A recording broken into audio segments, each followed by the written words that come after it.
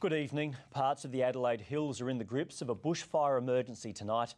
One home has been lost, 2 others have been damaged and a firefighter injured as the blaze continues to rage out of control. Ben Avery joins us live from Marblehill. And Ben, what's the latest? Well, Will, the fire danger is still very real at the moment. Those strong gully winds that the CFS has been talking about all day now appear to be hitting, and that is indeed bad news. As you can see off to my left, the fire ground is expanding. There's a strong glow coming from those hills. And as I said, a very tough day for firefighters today, and not just for them, but for the people who've been forced to evacuate their homes. Here's a look at how the last 24 hours have unfolded. As night fell, the enormity of the task became apparent. The Adelaide Hills glowing red, firefighters fearing the worst. A mid-morning wind change ensured their fears were realised, flames tearing up valleys and across containment lines in all directions. All of them in terrible terrain, as in the firefighters today are reporting that they can't walk up the hills, they're actually crawling on hands and knees, they're that steep. Cherryville, Marblehill and Basket Range under siege. Beneath this thick smoke haze, the Billing family's home on Blockers Road destroyed, along with a shed.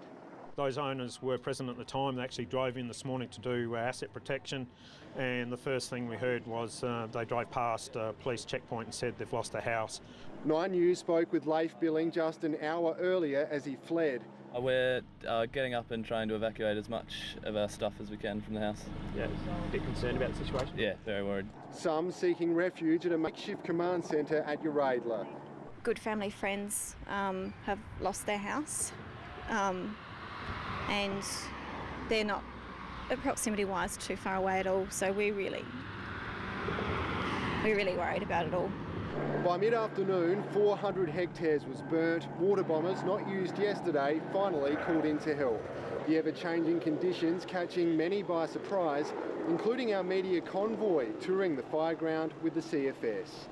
We've currently had to be turned around because we'd come from this direction here, and now that we've gone up and viewed the fire from down that way, the fire's come along the side of the road. It's blocked off our way out, so now we're going to have to find another way to go.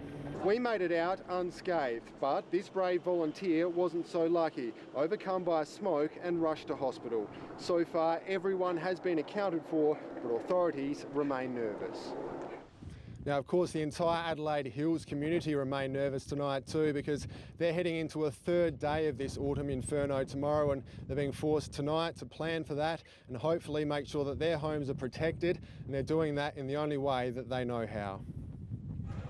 Overwhelmed and uncertain, locals gathered for a midday briefing. So, Will, let's hope these strong gully winds can be managed by the firefighters tonight. We just had one crew come up to us here and ask the owners here for some more water for their fire tanker.